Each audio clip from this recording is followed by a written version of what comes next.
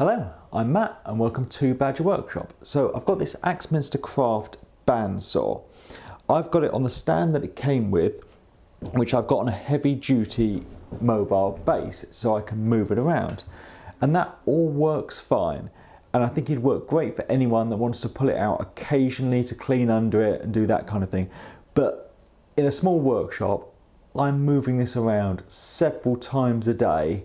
So the mobile base is a bit annoying because only two of the wheels actually swivel and two are kind of locked. So they're not the best for moving around all the time. Plus, I feel this stand is wasted space and I could do something better with it. So I'll show you what my plan is. So I like to use these Stanley cases to store small parts, and I made this rack a few years ago. I was trying to be a bit fancy with it, and I've actually cut grooves to put all the shelves in, so that was a bit over the top.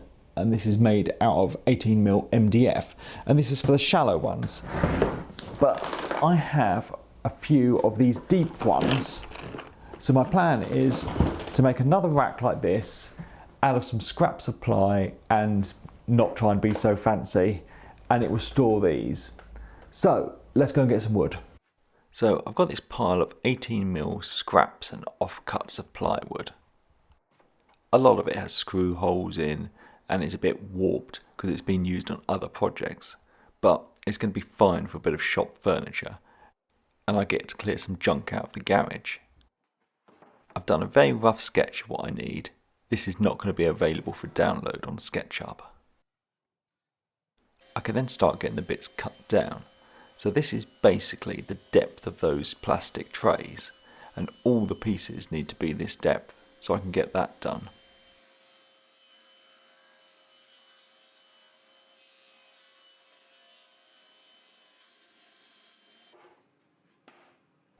I can then start by getting the bits cut to the length I need them.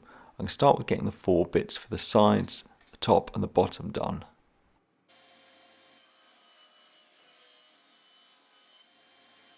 I'll come back and cut the shelves later, because then instead of working off my incredibly detailed plans, I can just take the measurement off the cabinet. I'm going to get this put together with some glue and wood screws. So first I mark out where I want the screws to go, and then I can drill some countersunk holes for them.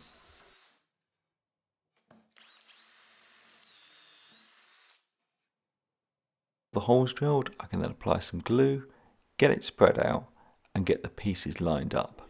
I'm going to use some of my Wolfcraft clamps to hold it together, and this just makes it easier to get the screws in. I'll put a link to these below, along with those Stanley cases I use, and all the other tools. I can now just go around, get some 50mm long wood screws in all the sides, getting all 4 pieces attached together.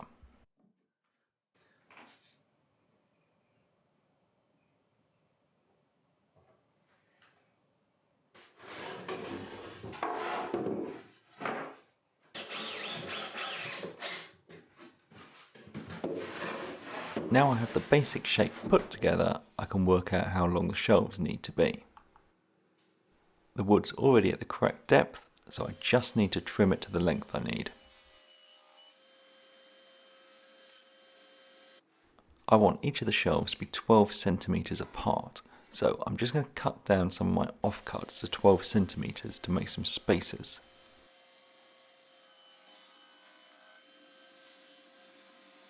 Now I can get these shelves installed, so I've got my 2 spaces that I cut that can go in the bottom, and then I can get a shelf put on top of them.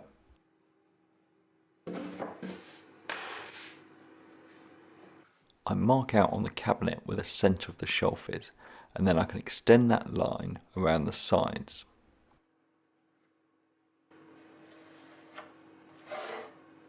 I now just get the shelves attached with some screws. I'm not bothering with the countersinking this time, I'm just getting the screws straight in there.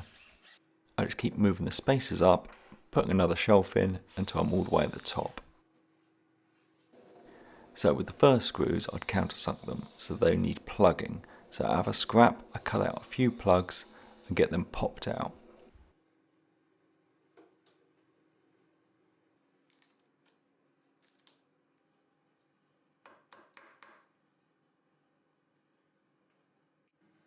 In the countersink holes at the top and the bottom of the cabinet, I get some PVA wood glue in place, get the plugs put in and tap down.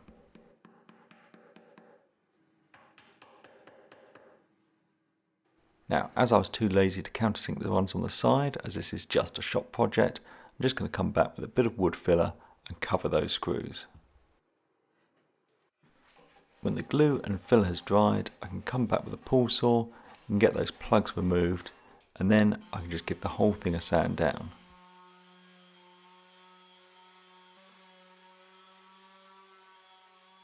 Now, one of my favourite finishes is India ink. I think it does a great job.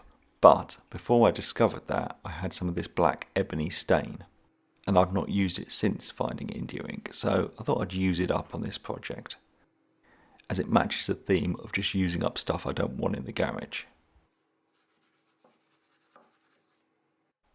When the stain has dried, I just give it a couple of coats of some clear water-based varnish.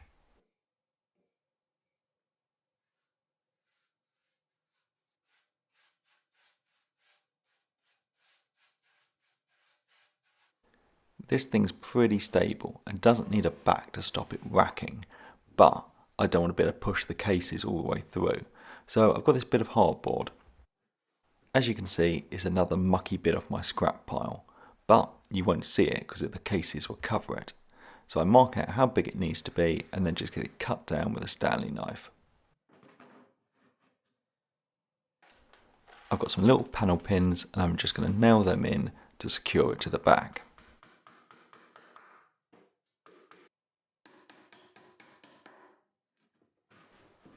Now to get some casters on. These are some 50mm ones that I had in stock already. I really have spent nothing on this project.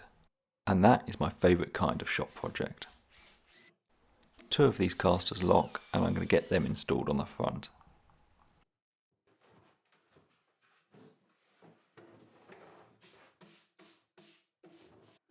So now I can get the bandsaw moved over, and you can see this is significantly taller than what the stand was before. I quite like my bandsaw up high, especially on a smaller bandsaw, so I'm hoping this will work out.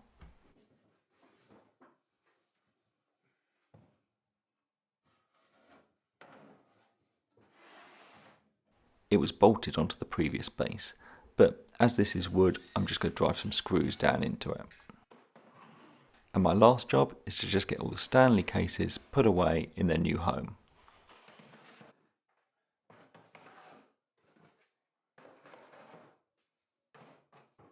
So that's it all done. It's now much easier to move around. It's a slightly higher or much higher working height, and I have a place to store my Stanley boxes. So, thank you for watching.